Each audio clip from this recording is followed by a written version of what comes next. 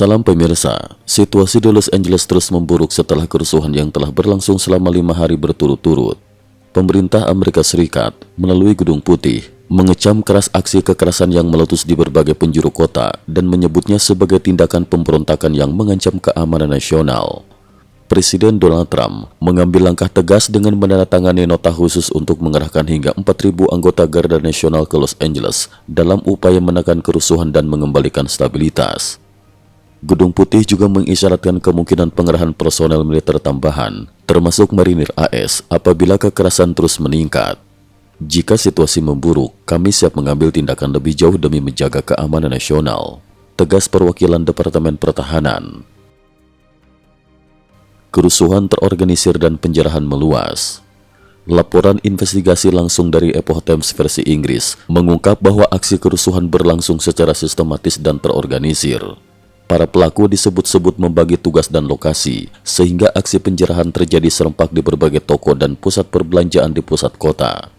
Banyak toko menjadi sasaran perampokan dan pengerusakan, menyebabkan kerugian ekonomi yang signifikan. Pada malam tanggal 10 Juni 2025, ratusan marinir AS telah tiba di Los Angeles untuk mendukung aparat kepolisian. Pentagon memastikan jumlah personel keamanan akan bertambah dalam beberapa hari ke depan. Penambahan pasukan dilakukan untuk mengantisipasi kemungkinan eskalasi kekerasan yang lebih luas.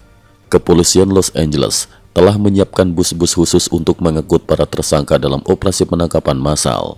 Aparat memprioritaskan keamanan warga dan properti vital, serta menghimbau masyarakat agar tetap tenang dan mengikuti arahan resmi.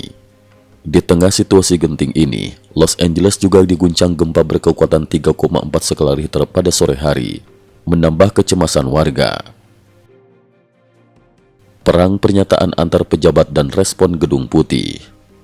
Situasi makin memanas setelah Menteri Pertahanan AS, Hexes, secara terbuka menulis di platform X, sebelumnya Twitter. Kami berkewajiban melindungi aparat penegak hukum federal, bahkan jika Gubernur California, Gavin Newsom menolak bekerja sama.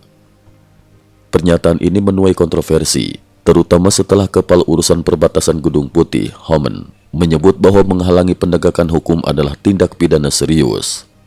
Presiden Trump menambah tensi politik dengan menyatakan, "Jika saya jadi Homan, saya pasti sudah menangkap Newsom. Saya suka orangnya, dia baik, tapi jelas sangat tidak kompeten." Trump juga menyoroti lambannya proses perizinan di tingkat negara bagian dan kota. Izin federal sudah selesai, tapi pemerintah daerah benar-benar gagal mengelola. Jika saya tidak mengirim pasukan, kota indah ini mungkin sudah hancur, ujar Trump dalam pernyataan resminya. Gubernur Newsom membalas keras tudingan tersebut dengan menuding pemerintah federal mengirim pasukan tanpa persiapan logistik yang memadai. Pasukan kalian datang tanpa bahan bakar, makanan, air, bahkan tempat tidur, sindir Newsom. Komentar Newsom segera dibalas oleh mantan wakil kota New York, Rudy Giuliani, yang menuduh Newsom politisasi isu keamanan. Kenapa tidak sekalian beri makan enak, kamar hotel dan uang saku, seperti ke imigran ilegal? Adu bukti dan isu penegakan hukum. Newsom juga mengklaim bahwa Presiden Trump tidak pernah menghubunginya atau menunjukkan perhatian pada krisis di Los Angeles. Namun Trump secara terbuka mempublikasikan rekaman percakapannya dengan Newsom sebagai bantahan. Sementara itu, Sheriff Riverside County, Chad Bianco, mengecam Gubernur Newsom yang dinilai membiarkan kekacauan terjadi. Ini adalah kerusuhan penuh kekerasan. Newsom benar-benar tidak paham penegakan hukum, justru mendorong kekacauan ini, ungkap Bianco dalam wawancara eksklusif dengan Fox News. Indikasi keterlibatan organisasi ekstrim dan pengaruh asing. Investigasi lanjutan dari New York Post pada 9 Juni 2025 menyebutkan, Partai Sosialis dan Pembebasan berhaluan Marxist diduga sebagai dalang utama kerusuhan di Los Angeles. Organisasi ini tercatat pernah terlibat dalam protes anti-Israel di University Columbia dan diduga berhubungan dengan pelaku penembakan di Washington DC. Laporan tahun 2024 dari Rutgers University Network Contingent Research Institute juga menyoroti dugaan hubungan antara beberapa tokoh sosialis Amerika, miliarder Singham dan istrinya, pendiri organisasi radikal Codping, Evans, dengan Partai Komunis Tiongkok, PKT. Mereka diketahui menghadiri Forum Inovasi Komunikasi Citra Internasional Tiongkok 2023 di Universitas Fudan, Tiongkok. Singham bahkan disebut menyalurkan jutaan dolar ke berbagai organisasi nirlaba yang mempromosikan agenda PKT secara global. Analisis dan pandangan para pakar.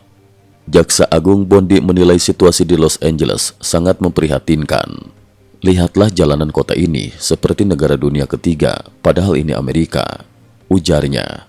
Menteri Keamanan Dalam Negeri, Noem, bahkan menuduh banyak demonstran dibayar dan mengorganisir kerusuhan secara profesional. Reporter investigasi Joshua Philip melaporkan adanya koordinasi dan komunikasi canggih antara kelompok demonstran. Mereka mengatur pembagian lokasi, bahkan menentukan siapa yang bertanggung jawab membakar kendaraan. Ini bukan aksi spontan, ungkapnya. Trump tegaskan sikap dan persiapan perayaan hari ulang tahun. Menyongsong peringatan 250 tahun Angkatan Darat AS dan hari ulang tahun Presiden Trump pada 14 Juni, Trump menegaskan tidak akan mentoleransi aksi protes lanjutan. Siapapun yang berniat melakukan protes pada hari perayaan akan berhadapan dengan kekuatan penuh negara, katanya. Trump menyebut para perusuh sebagai pemberontak dan menegaskan aksi mereka telah dibiayai pihak tertentu. Cukup sekian dulu, terima kasih atas perhatiannya. IT News juga memiliki channel di platform kancing.com. Mohon kunjungan dan bantu subscribe agar bisa mengikuti perkembangan dunia tanpa batas. Terima kasih. Link kancing ada di dalam description.